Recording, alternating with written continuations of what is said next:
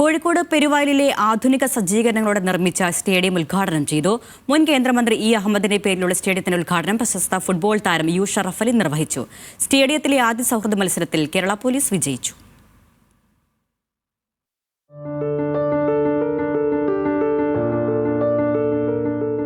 പ്രതിഭ കൊണ്ട് മാത്രം നിരവധി കായിക താരങ്ങൾ ഉയർന്നുവന്ന ഒരു നാടിന്റെ കായിക പ്രതീക്ഷയാണ് ഈ സ്റ്റേഡിയത്തിലൂടെ യാഥാർത്ഥ്യമാകുന്നത്.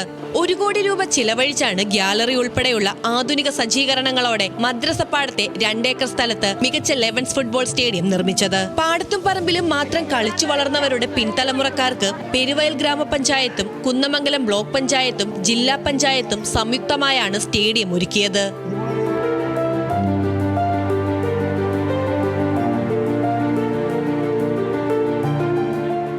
നിർമ്മാണം പൂർത്തിയാക്കിയ ഇ അഹമ്മദ് സ്റ്റേഡിയത്തിന്റെ ഉദ്ഘാടനം കേരള പോലീസിന്റെ താരമായിരുന്ന യു അഷ്റഫ് അലി നിർവഹിച്ചു.